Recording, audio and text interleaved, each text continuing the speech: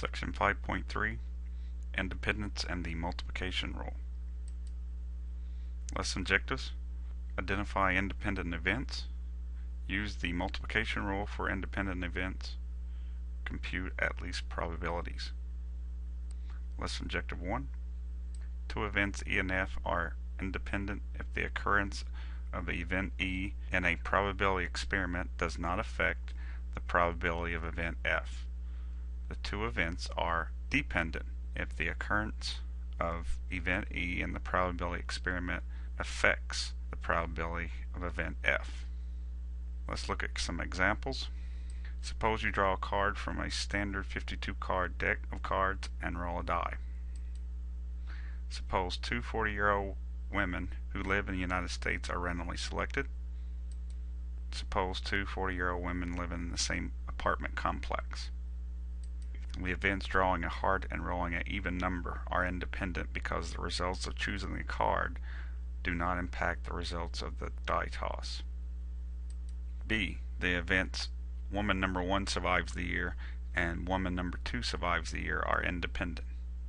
C. The events woman number 1 survives the year and woman number 2 survives the year are dependent. Lesson objective number 2.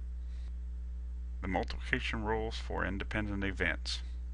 If E and F are independent events, then the probability of E and F happening at the same time is equal to the probability of E times the probability of F. Consider this experiment. A ball is randomly picked from a bag of 2 balls and 4 blue balls, and after which it is placed back into a bag and another ball is randomly picked. What is the probability that event A, both balls are red, will occur? We're going to look at this from what's called a tree diagram. Here's our first draw. It can be red or it can be blue because there are 2 red, 2 out of 6, which is 1/3, and there's 4 blue, which is 4 out of 6, which reduces to 2/3. Now the second draw, it could either be red or blue. If the first one's red, and if the first one is blue, the second one can be red or blue with the same corresponding probabilities. So we're looking for what is the probability that event A, both balls are red, will occur. That can happen only one way. The first draw has to be red, and then the second draw has to be red. Now since these are independent trials, we use the multiplication rule. 1/3 times 1/3 is 1/9.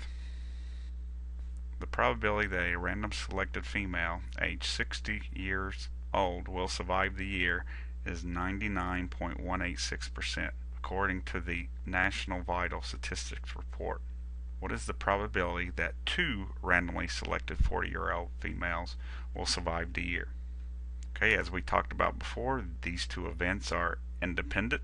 If we use our multiplication rule, we can compute this probability. So the probability the first one survives and the second one survives is equal to the probability the first one surviving times the probability the second one survives.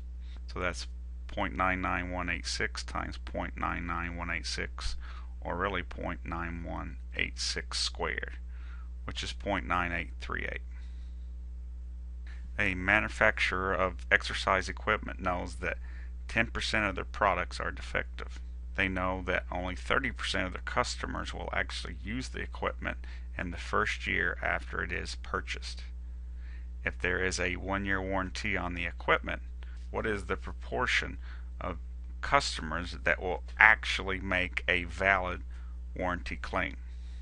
So we assume that the defectiveness of the equipment is independent of the use of the equipment. The probability that it's defective and also used within the first year is equal to the probability it's defective times the probability that it's used.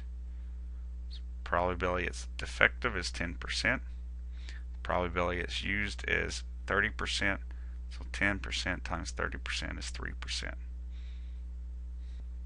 Now the multiplication rules for more than 2 events is expressed here. As long as every event is independent, if we want to find all these events happening at the same time, we simply multiply their probabilities.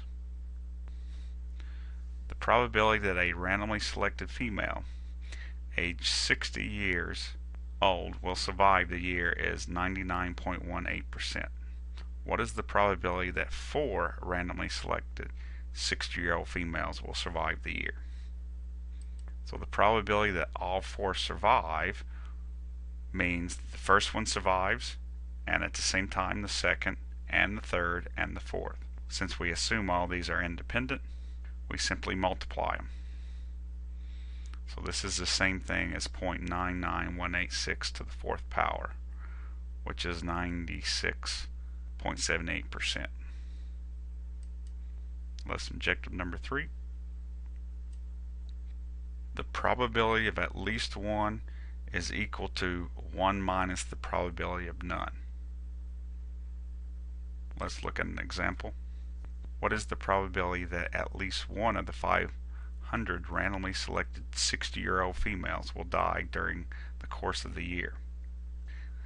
At least one means it could be one female or 2 females or 3 or 4, all the way up to all females, which is 500. So it's going to be a lot easier using our at least rule. So the probability at least one dies is equal to 1 minus the probability that none of them die.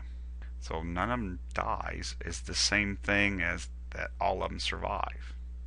So all of them surviving would be 0.99186 to the 500 power, which turns out to be 0.9832. So the probability that at least one female age 60 or older will die out of a group of 500 is more than 98%.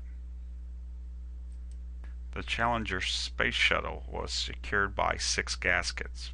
If one failed, the space shuttle would explode, as it actually did happen. Assuming that each gasket had a 97% reliability rate and they were independent, what is the probability of the failure for that mission? Well, the probability of at least one fails is equal to 1 minus the probability that none of them fail. So none would fail would mean all 6 are working correctly.